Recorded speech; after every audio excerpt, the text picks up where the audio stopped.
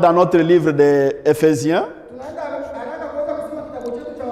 Éphésiens, c'est là où nous trouvons la liste de toutes les bénédictions spirituelles que la Bible nous dit. Et la fois passée, nous avons parlé ici deux bénédictions spirituelles. Aujourd'hui, si le temps nous permet, nous allons aussi parler de deux autres bénédictions spirituelles. Alors nous allons demander celui qui est rapide, qui peut nous lire dans Éphésiens 1, chapitre 1, versets 5 à 6.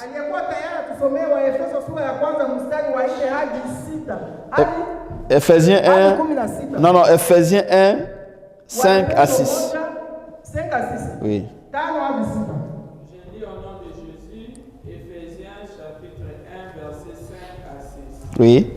Nous, ayant prédestinés dans son amour à être ses enfants d'adoption, par Jésus-Christ selon le bon plaisir de sa volonté, à la louange de la gloire de sa grâce qui nous a accordé en son bien-aimé. Amen. Amen. Ici, en lisant, nous voyons, Paul est en train de parler de deux bénédictions spirituelles. Il parle de Dieu nous a donné la bénédiction spirituelle qu'on appelle les enfants d'adoption. Nous sommes les enfants d'adoption. Dans Éphésiens 5, c'est ce que Paul est en train de nous dire. Mais comment on peut se poser la question, comment est-ce qu'être enfant d'adoption peut être une bénédiction? Et nous avons parlé la fois passée que la bénédiction, c'est une faveur qui est accordée par Dieu sans toutefois donner son effort.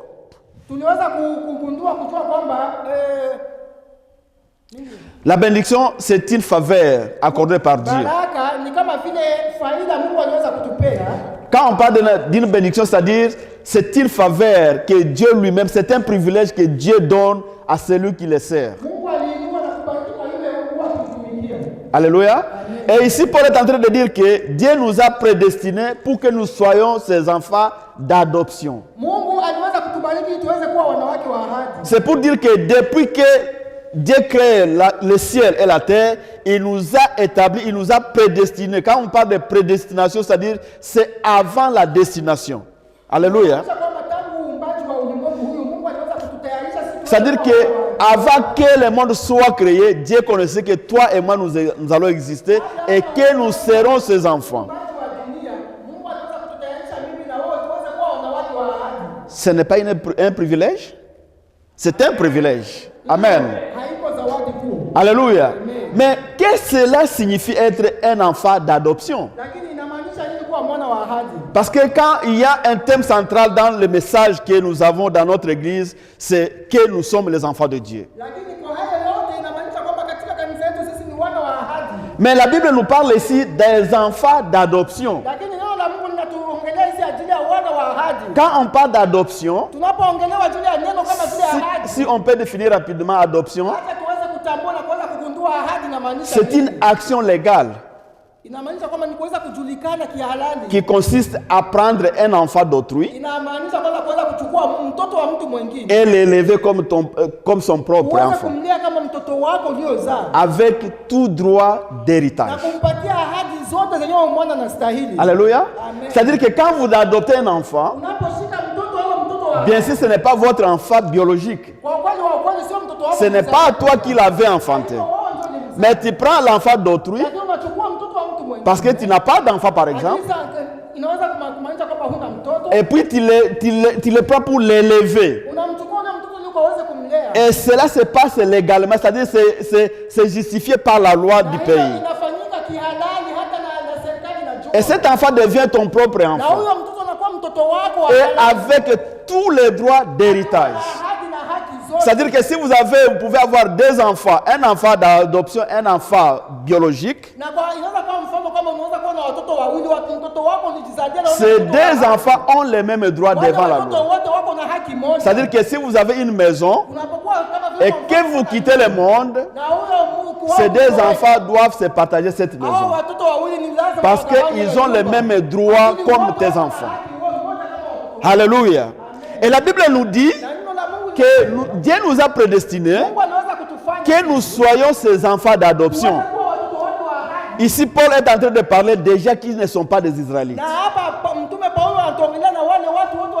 Parce que nous, en tant que les païens qui n'avaient pas un Dieu approprié, nous étions les gens de Dieu, mais nous n'étions pas les enfants de Dieu.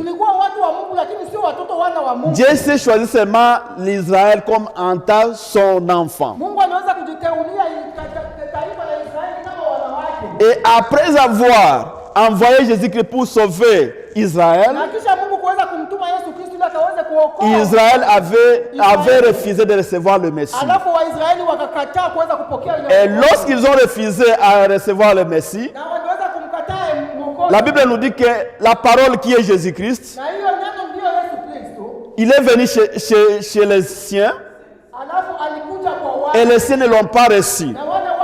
Mais tous ceux qui l'ont reçu, à ceux qui croient en son nom, elle a donné le pouvoir de devenir des enfants de Dieu.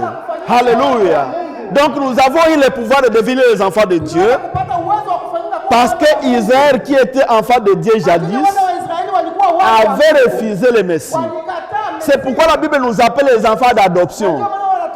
Parce que nous ne sommes pas les enfants propres à Dieu. Alléluia. Amen. Dieu nous a adoptés parce qu'Israël avait refusé son Dieu. Et désormais, Dieu nous a donné le pouvoir. C'est-à-dire c'est légal dans le ciel. Et nous avons les mêmes pouvoirs, nous avons les mêmes droits comme Israël. C'est-à-dire qu'Israël peut appeler Dieu leur Père. Nous aussi, nous l'appelons Dieu notre Père. Parce qu'il nous a adoptés par le sang de Jésus-Christ. Par l'œuvre de la croix. Par l'œuvre de la croix. Alléluia. Vous savez, moi, je suis inquiet pour les gens qui disent que, oh, Dieu que nous adorons, c'est le Dieu d'Israël.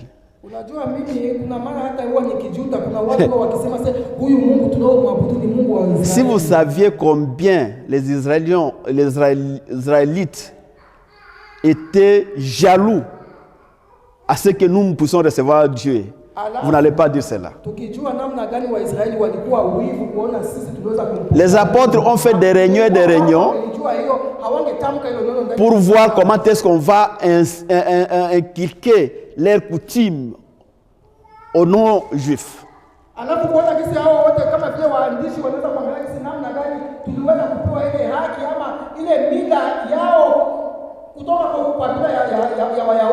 Alléluia. La Bible nous appelle, nous étions comme des oliviers sauvages. On peut lire dans Romains. Lisons dans Romains.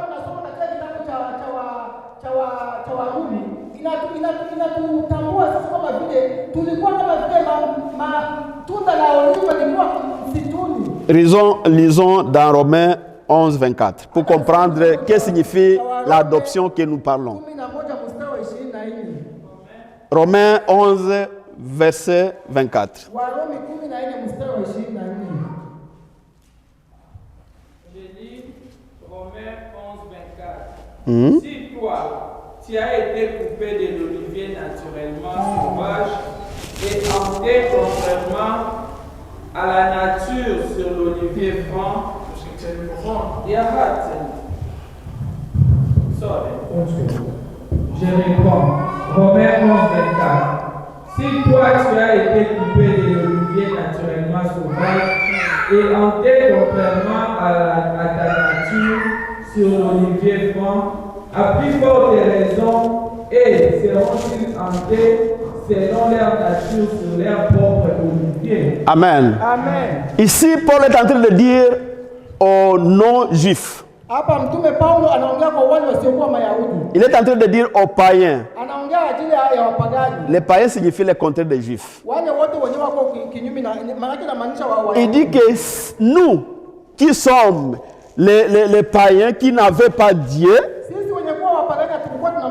nous sommes comme des oliviers sauvages. C'est-à-dire les oliviers qui étaient dans la forêt, que Dieu lui-même a coupé est venu treffer dans l'olivier dominical, dans l'olivier cultivé, pour que nous soyons aussi à même égal comme les oliviers cultivés. Alors, Paul est en train de dire que nous qui avons reçu Jésus, qui avons reçu le pouvoir de devenir enfants de Dieu, il ne faudrait pas que nous puissions nous manquer d'Israël.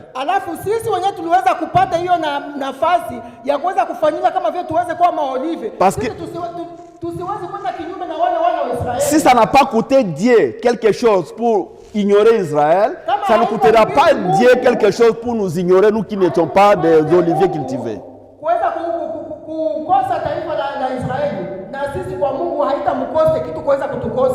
Alléluia. Donc c'est une grâce d'être enfant de Dieu. Recevoir Christ, être enfant de Dieu, c'est une grâce pour nous.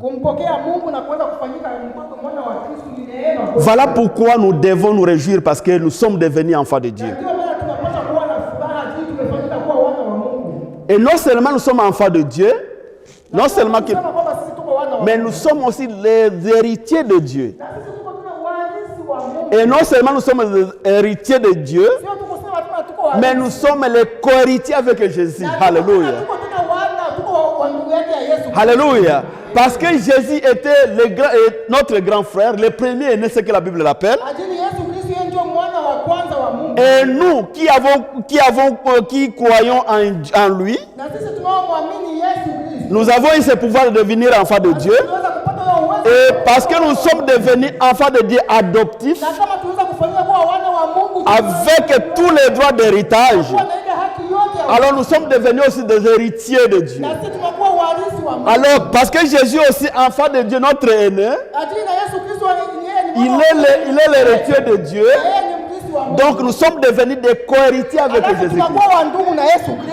Alléluia. C'est un privilège que nous avons. Voilà pourquoi nous devons nous réjouir. Voilà pourquoi moi je ne suis pas d'accord avec les gens qui marchent comme si ils étaient des prisonniers. Parce que nous sommes enfants de Dieu. Nous sommes enfants de Dieu. Nous sommes les petits frères de Jésus. Alléluia. Nous sommes les co-héritiers avec Jésus. C'est-à-dire nous allons hériter le royaume des cieux. Notre héritage, c'est le royaume des cieux. Comme Jésus est le roi des rois dans le royaume des cieux, nous sommes aussi des rois. Alléluia. Je vois que les gens ne me comprennent pas. Les gens ne comprennent pas. Nous sommes les héritiers. Nous lisons dans Romains 8 pour comprendre mieux. Romains 8, 14 et 17.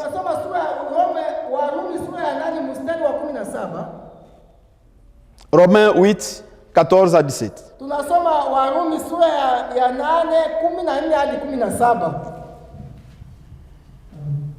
Romains 8, 14, 17, au nom de Jésus.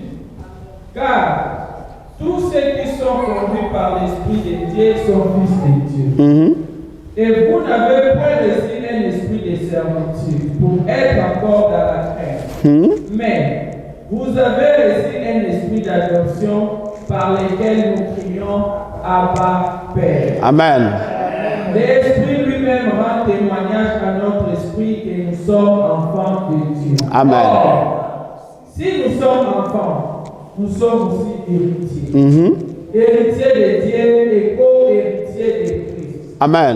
Si toutefois nous souffrons avec lui, afin d'être glorifiés avec lui. Amen. Alléluia. Alléluia. La Bible nous dit clairement que tous ceux qui sont conduits par le Saint-Esprit sont enfants de Dieu. Et nous savons tous que nous sommes chrétiens parce que nous avons le Saint-Esprit dans nous. Et chacun de nous qui a le Saint-Esprit dans lui est automatiquement enfant de Dieu. Parce que le pouvoir là que nous avons reçu de Dieu, c'est le Saint-Esprit. Lorsque nous avons reçu le Saint-Esprit, Nous avons eu le pouvoir de devenir enfants de Dieu. Parce que l'Esprit lui-même témoigne avec notre propre esprit que nous sommes enfants de Dieu. Et il dit que c'est lui qui crie Abba Père. Pour que tu ne puisses pas avoir de doute, le Saint-Esprit lui-même te confirme que tu es enfant de Dieu. Et la Bible nous dit que si nous sommes enfants de Dieu, donc nous sommes aussi les héritiers de Dieu. Et comme nous sommes les héritiers de Dieu, nous sommes aussi les co-héritiers avec Jésus. Mais la seule condition est que nous puissions souffrir avec Jésus. Amen. Souffrir avec Jésus. Amen. Si tu es héritier, co-héritier avec Jésus, tu veux être prêt à souffrir dans le monde pour témoigner réellement que vous êtes convaincu, vous êtes enfant de Dieu. Lorsque les tentations vont arriver, les tentations vont vous arriver. Lorsque des difficultés vont vous arriver, lorsque des moments difficiles vont arriver, c'est le temps que tu vas te confirmer que tu es enfant de Dieu. Alléluia. Nous sommes enfants de Dieu. Nous sommes enfants de Dieu. Dieu nous a prédestinés pour être semblables à l'image de Jésus. Alléluia. Et si tu es enfant de Dieu et que nous avons l'esprit qui n'est pas l'esprit de la peur, mais pourquoi tu as la peur? Pourquoi tu as la peur? Le problème, c'est parce que nous sommes dans l'ignorance. Parce que nous ne savons pas qui réellement nous sommes. C'est le grand problème que nous avons dans l'église. Les gens ne savent pas qu'ils ont une autorité sur le monde. Comme notre aîné Jésus était dans le monde, il avait toute autorité avec lui. Et ce même pouvoir, il nous a laissé. C'est le pouvoir du Saint-Esprit. Alors, si nous avons le Saint-Esprit avec nous, nous n'avons plus encore l'esprit de la peur. C'est-à-dire que nous devons affronter tout ce qui va arriver devant nous, sachant que nous sommes des vainqueurs. Nous sommes des vainqueurs. Nous sommes enfants de Dieu. Voilà une bénédiction que nous devons tous apprendre à connaître. Parce que dès que moi je suis enfant de Dieu, je suis toujours libre. Je n'ai peur de rien. Parce que je sais qu'il n'y a rien qui peut me faire mal. Parce que le ciel est sur moi. Le ciel surveille pour ma vie. Que Dieu vous bénisse. Vous pouvez aussi lire dans Romains 8, 29, 31. Romains 8, 29 à 31.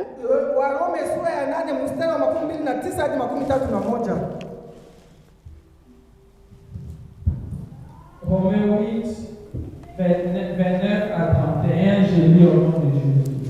Car ce qu'il a connu d'avance, il les a aussi prédestinés à être semblables à l'image de son Fils, afin que son Fils fût le premier-né entre plusieurs frères. Amen. Et ce qu'il a prédestinés, oui, il les a aussi appelés. Amen. Et ce qu'il a appelés, il les a aussi justifiés. Il a aussi justifié. Alléluia. Et ce qu'il a justifié, il les a aussi glorifiés. Amen. Est-ce qu'on peut acclamer pour le Seigneur? Alléluia. Quel privilège. Si Dieu est pour nous, qui sera contre nous? Alors, mes frères et sœurs, quel privilège. Amen. Quel privilège. Quel privilège. Mes frères et sœurs, la Bible nous dit clairement que Dieu nous a prédestinés. Ce n'est pas par hasard que nous sommes ici. Ce n'est pas par hasard que tu es devenu enfant de Dieu, tu es devenu chrétien. C'est parce que tu étais dans la prédestination de Dieu. Et la Bible nous dit que Dieu nous a prédestinés pour que nous puissions prendre l'image de Jésus. En d'autres termes, on peut dire que toi et Jésus, on doit être comme des jumeaux. Nous prenons l'image de Jésus. Tout ce que nous connaissons de Jésus. Tout ce que nous connaissons de Jésus, ça doit être aussi notre image. C'est ce que Dieu nous a prédestiné. Alors il a fait ça pour que Jésus soit le premier-né parmi tant d'autres qui sont des frères et sœurs. Alléluia. C'est pourquoi même nous avons baptisé notre église famille de Dieu. Quand vous lisez dans Ephésiens 2, vous trouverez Ephésiens 2, 19, vous trouverez que la Bible nous dit que nous ne sommes plus des étrangers. Nous sommes devenus les gens de la famille de Dieu. Parce que toi et moi, nous sommes frères et sœurs. Nous avons un seul Père qui est notre Dieu. Alléluia. Et nous devons, en tant que frères et sœurs, prendre l'image de Jésus-Christ. Si Jésus était bon, nous devons aussi être bons. Si Jésus vivait dans la sainteté, nous devons aussi vivre dans la sainteté. Si Jésus avait le pouvoir, nous devons aussi nécessairement avoir le pouvoir. S'il avait le pouvoir de chasser les démons, nous les avons aussi aujourd'hui. S'il avait le pouvoir de chasser, de guérir les malades, nous les avons aussi aujourd'hui. Parce que nous sommes enfants de Dieu. Parce que nous sommes l'image de Jésus-Christ. Alléluia. Alléluia. Mais qu'est-ce qui nous fait peur? Vous savez, moi quand je suis venu, j'ai donné ma vie à Jésus. Et comme je l'ai toujours dit, je croyais qu'être chrétien, c'est vraiment une personne terre à terre. Parce que l'image que les chrétiens donnaient, c'est vraiment les gens dépourvus de tout, les gens qui n'ont pas de joie, qui n'ont pas la paix, qui sont misérables. Mais lorsque Dieu m'a amené dans la parole, quelquefois je me demande, est-ce que les gens lisent la même Bible que moi je lis? Quelquefois je me demande, est-ce que les gens lisent les versets que moi je lis? C'est pourquoi quelquefois je ne vais pas lire moi-même, je veux que les gens lisent eux-mêmes. Et la Bible est claire,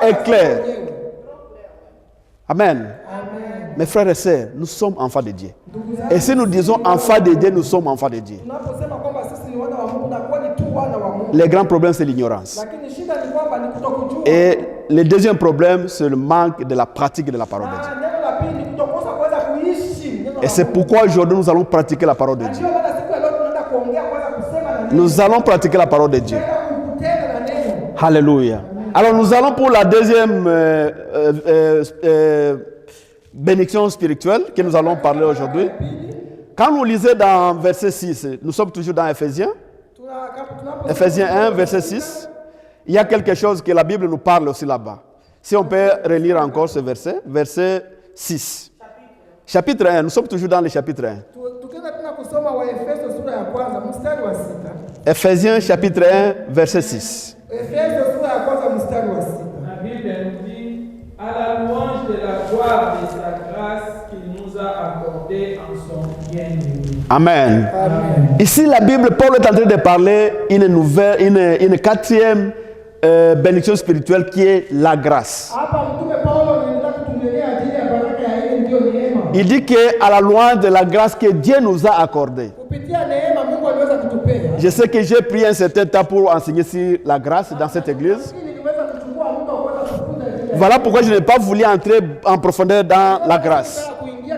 Mais je voudrais vous dire qu'est-ce que signifie grâce en tant que bénédiction.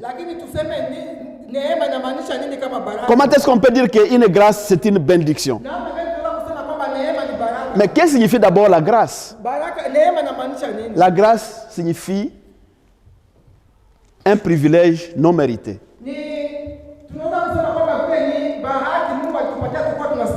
On peut définir grâce comme une faveur imméritée. C'est-à-dire que nous sommes aujourd'hui comme nous sommes, c'est par la grâce de Dieu. Nous sommes devenus enfants de Dieu, c'est par la grâce de Dieu. C'est-à-dire que s'il y a une très grande bénédiction spirituelle dans la liste que nous avons citée, la grâce doit être la première. Alléluia. Parce que tout ce que nous sommes, c'est par la grâce de Dieu. Si aujourd'hui nous sommes enfants de Dieu, comme nous venons de le dire, c'est par la grâce de Dieu. Parce qu'il nous a prédestinés depuis la création du monde. C'est-à-dire que c'est quelque chose que nous n'avons pas fait quelque chose pour mériter ça. Alléluia. On n'a pas fait quelque chose pour mériter la grâce. C'est pas la grâce de Dieu. Alléluia. Donc la grâce, c'est parmi les meilleures bénédictions spirituelles que Dieu nous a données. Alléluia. Parce que tout ce que tu peux devenir, tout ce que tu peux avoir dans ta vie, tout ce que tu peux atteindre dans ta vie, tu dois savoir que c'est par la grâce de Dieu. Parce que tout est grâce. Tout est grâce. J'aime quelqu'un qui a chanté que tout est grâce. Vous le connaissez? Alléluia. Nous lisons, si nous voyons dans Ephésiens 2, chapitre 8 à 9.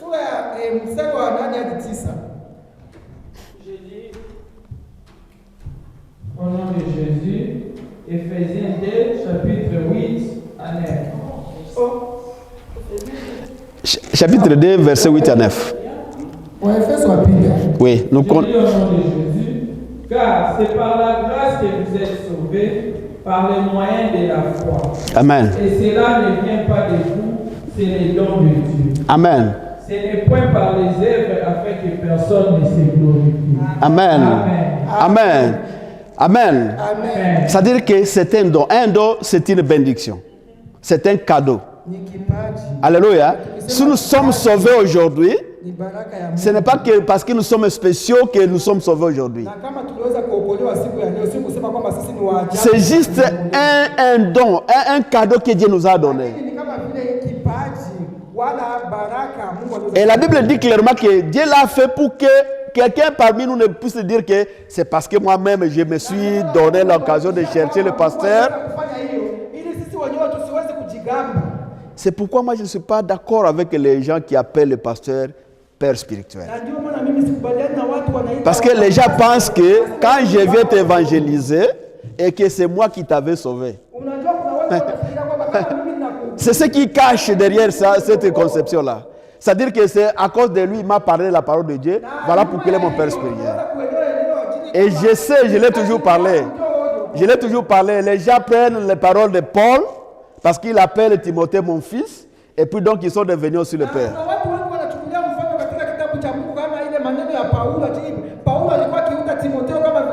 La Bible n'est pas l'arithmétique. C'est pas parce que 1 plus 1 est égal 2. Non. Ce n'est pas parce que Paul a appelé Timothée mon fils que Timothée a appelé Paul mon père. Tu ne trouveras nulle part dans la Bible Timothée a appelé Paul mon père. Alléluia. Qu'est-ce que je vais vous dire? Nous sommes sauvés. C'est un cadeau que Dieu nous a donné. Voilà pourquoi il ne faut pas négliger ceux qui sont dans la ténèbre aujourd'hui. Alléluia. L'homme comme Paul qui était les malfaiteurs de l'église. Lorsqu'il était Saul, et puis devenir un grand apôtre.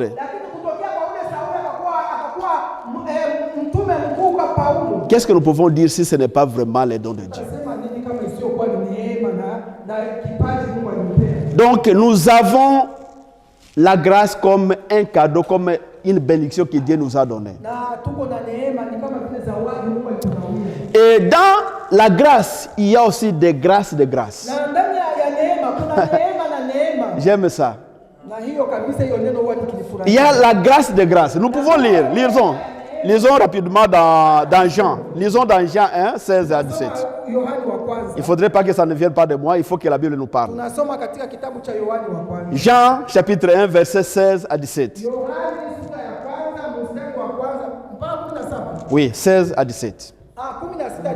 Jean chapitre 1, verset 16 à 17. Merci. Je lis au nom de Jésus, Jean 1, 16 à 17. Et nous avons tous reçu de sa plénitude et grâce pour grâce. Amen. Car la loi a été donnée par Moïse. Non, tu n'as pas besoin d'aller là-bas.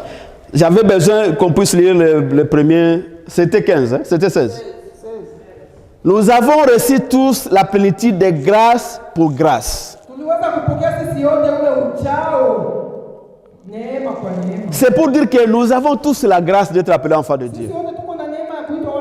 Nous avons tous la grâce d'être sauvés. Nous avons tous la grâce d'être dans la vie, d'être dans l'église ou d'être dans la famille de Dieu. Mais parmi les grâces que nous avons reçues, il y a des grâces pour grâce. C'est-à-dire il y a des faveurs qui sont au-dessus des autres faveurs. Parce que nous avons défini grâce comme faveur imméritée. Alors si vous avez une grâce pour grâce, c'est pour dire qu'il y a d'autres faveurs que Dieu donne à ceux qui font le travail dans son église. Alléluia. Est-ce qu'on se comprend? C'est-à-dire que moi, j'ai une grâce spécifique que Dieu me donne comme je suis le serviteur. Et Dieu donne des grâces spécifiques à chaque œuvre que tu fais dans son église. Alléluia. La Bible nous parle que la grâce de donner est plus grande que la grâce de recevoir. C'est-à-dire que quand tu es quelqu'un qui donne, il y a une grâce spéciale qui vient sur toi. Alléluia. Si tu es un serviteur dans quelque part, il y a une grâce de serviteur qui vient sur toi. Alléluia. Si on allait parler de différentes sortes de grâces, peut-être on allait aller très loin.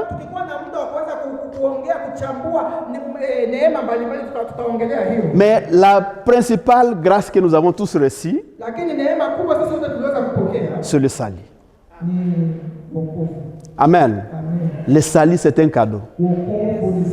C'est un cadeau que Dieu nous a donné. Voilà pourquoi nous devons protéger le salut. Nous devons protéger la grâce du salut. Parce que c'est ça c'est ce qui nous fait même enfants de Dieu. Et c'est ce qui nous donne même le pouvoir de surmonter toutes sortes de difficultés. Parce que nous sommes enfants de Dieu. Alléluia. Donc aujourd'hui, nous avons parlé ici de bénédictions spirituelles. Nous avons parlé ici être enfant de Dieu, ou enfant d'adoption. Nous sommes les enfants d'adoption à travers le Saint-Esprit qui vit dans nous et qui confirme que nous sommes enfants de Dieu. Et nous avons tous les droits d'héritage en tant qu'enfants d'adoption. Et ce que nous héritons, c'est le royaume de Dieu. Et Jésus lui-même, en tant que notre premier né, donc il est notre grand frère et nous sommes frères et sœurs. Alléluia. Donc quand lui est roi, il est roi des rois. C'est pourquoi je disais la fois passée, pourquoi on appelle Jésus roi des rois? Les gens pensent qu'il est roi des rois, peut-être c'est le roi de Danemark, le roi de Suède. Non, non, il n'est pas roi de ces rois-là. Il est roi des rois parce que nous, en tant qu'enfants de Dieu, nous sommes des rois. Alors lui est le roi des rois.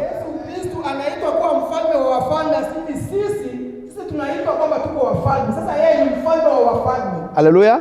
Alors si tu es le roi, qu'est-ce qu'un roi peut avoir peur? Alléluia. Que Dieu vous bénisse. Alors,